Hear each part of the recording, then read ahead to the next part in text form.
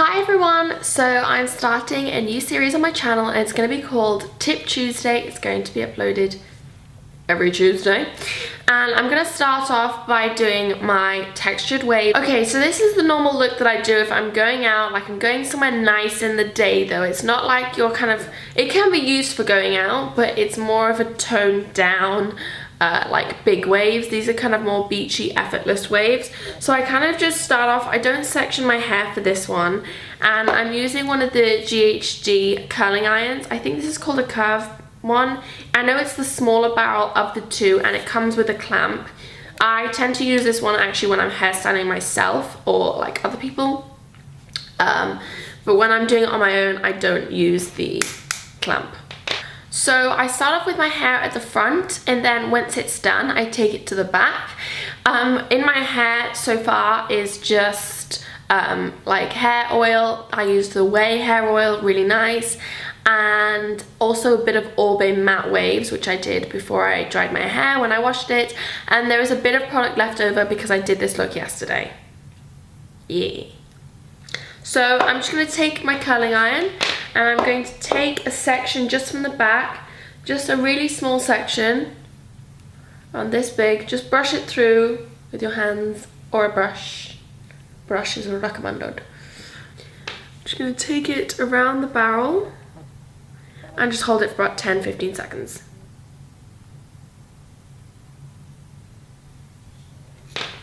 And then that is your curl, and then I just drop it to the back. Just don't really say or do anything with it after that, just drop it to the back. Take another section, maybe you don't want to do all of it, get rid of some of it, and then I'm going to alternate sides. Maybe this one's a bit too big. So then I'm going to go front. Once again, 15 seconds. So then I just continue that throughout the whole head. Do some of the lower sections as well, because they can end up looking quite straight.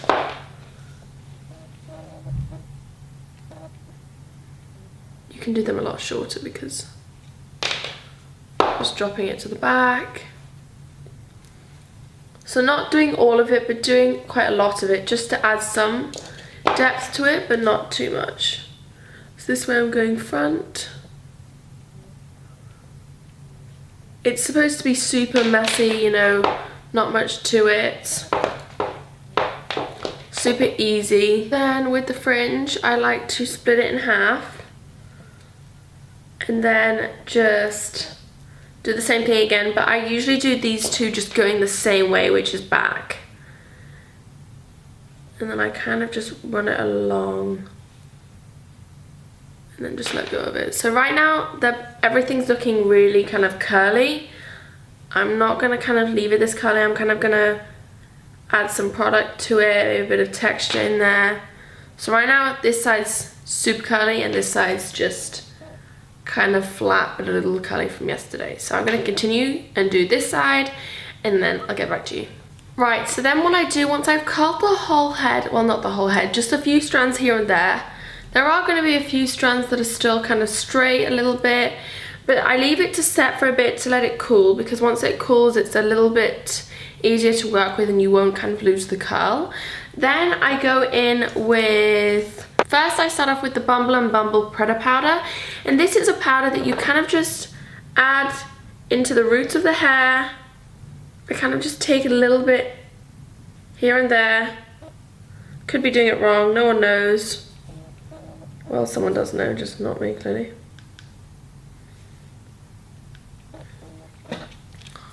So I kind of have a few different steps. Looks a little bit wild here because I've lifted it up a bit.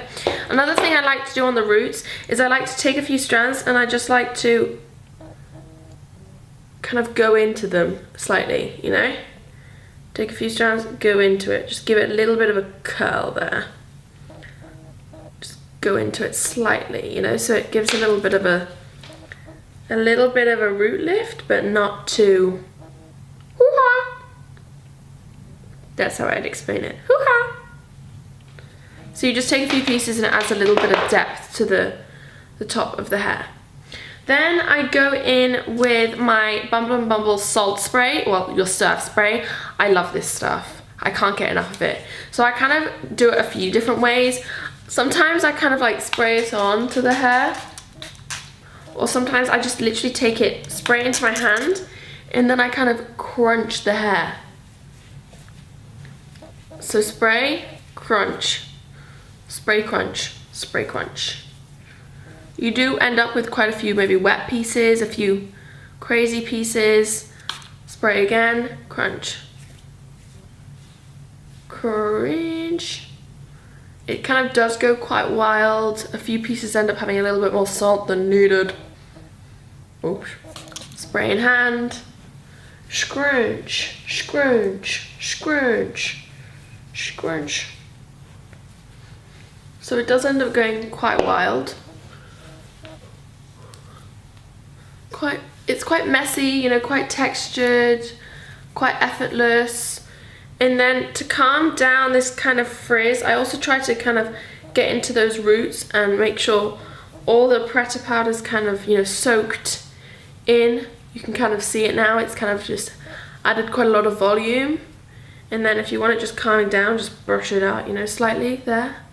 And then I take Always Superfine hairspray. You can have a superfine, or you can also have a superfine strong.